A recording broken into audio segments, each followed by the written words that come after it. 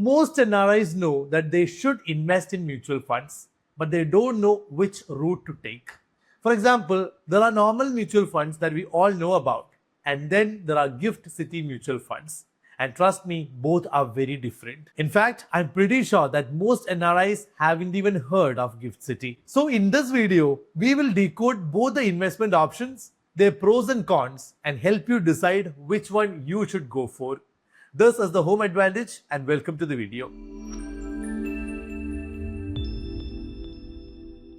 Let's start with the most common one, the usual mutual funds that we keep hearing about. You become an NRI, open an NRE or NRO account, and you are ready to invest. So you look around and see your friends talking about mutual funds. So you decide to take the plunge and start your very first investment. That's when you read a blog about Gift City and how it is changing the way NRIs invest. Well, now you're confused. But don't worry, that's exactly why I'm here. There are two different routes for NRIs to invest in Indian mutual funds.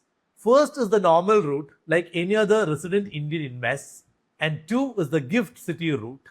How are these two different? Let's talk about the first one. There are thousands of mutual funds in India right now, and these mutual funds accept investments from NRIs as well. So just like resident Indians, NRIs can also invest in Indian mutual funds. However, the process is slightly complicated if you are an NRI. You see, as an Indian, it's so easy to start your investment journey right now. You download a broking app, create your account, do your KYC, and you're good to go.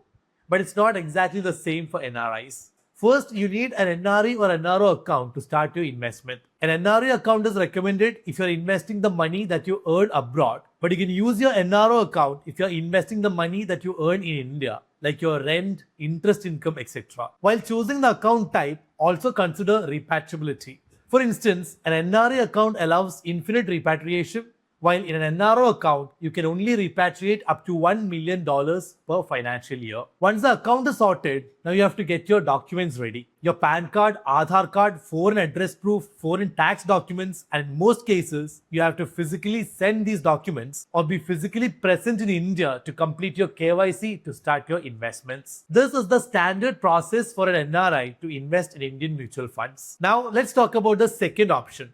Gift City mutual funds. Before we get into the mutual funds part, we have to first talk about what Gift City is. If you're already familiar with this, you can skip this chapter. So Gift City is a special financial zone in Ahmedabad, Gujarat. It is India's first international financial center, similar to Dubai's DIFC, Singapore and Hong Kong's special financial zones, etc. The idea is simple. It aims to attract foreign capital to India by making the country attractive and easily accessible to foreign investors. So although Gift City is in India, it is considered a foreign jurisdiction and Indian rupee is not even the official currency here. And most importantly, the tax system here is very much investor friendly. So what does all of this have to do with NRIs and mutual funds? Well, asset management companies have launched mutual funds in Gift City, which means NRIs can now invest in Indian mutual funds via Gift City. But is it better or worse than the first route? Let's look at the major differences. Number one, to invest in Gift City mutual funds, you don't need an NRE or an NRO account. Instead, you can make the investment directly from your foreign bank account. Say you're working in the UAE, you can make the investment directly from your UAE salary account.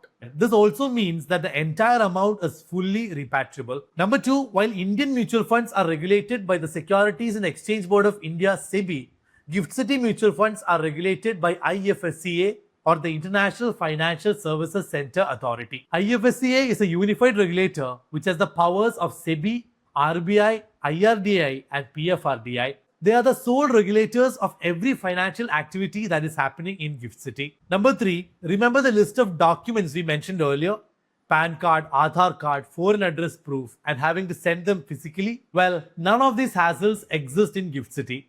In fact, IFSCA has recently introduced C-KYC or centralized KYC, which means NRIs can now invest in Gift City mutual funds with just your Aadhar OTP. Now this is unheard of for NRIs, and this one change will make life so much easier for NRIs. Now number 4, and this is the most important, tax benefits. We already mentioned that Gift City is all about making India an attractive investment destination, and tax is a huge part of it. For investments that an NRI make in a Gift City mutual funds, there will be zero tax on profits. In a normal mutual fund, profits are taxed at 12.5% for long-term investments and 20% for short-term investments. Now, there are two major confusions here that most NRIs have. One, most NRIs think that there will be zero tax if you make the investment from your NRE account. This is completely wrong. Only the interest earned on your NRE account is tax-free. Everything else will be taxed. Second confusion is regarding DTAA, or the Double Taxation Avoidance Agreement. It is an agreement that India has signed with many countries across the globe so that NRIs don't have to pay tax in both the countries. For instance, if you take the India-UAE DTAA, your profits will not be taxed in India but only in the UAE. And since the UAE has zero capital gains tax, your entire profits should become tax-free. But there are two caveats here. One, short-term capital gains tax and long-term capital gains tax will still be deducted from your profits. And two, there is a whole process to go through to get the benefits of DTAA. For instance, in the UAE, you have to apply for a tax residency certificate, which will cost you 25,000 rupees per financial year. Now, this fee itself might cancel out the tax-free benefits for most people. Now, none of this exists in GIFT City. You simply sell your investments and the entire amount will come back to your account, whichever account you made the investment from. No TDS, just zero tax. Also, while we have to pay the securities transaction tax and GST on normal mutual funds, GIFT City is exempt from both. Lastly, when you're investing in a normal mutual fund, you're converting your foreign currency to INR and then making the investment. This is not the case with GIFT City funds. You can make the investment in USD itself. Okay, seems like GIFT City is clearly leading the chart, but there are a few minor limitations here. When it comes to normal mutual funds, the ticket size can be as low as 500 rupees.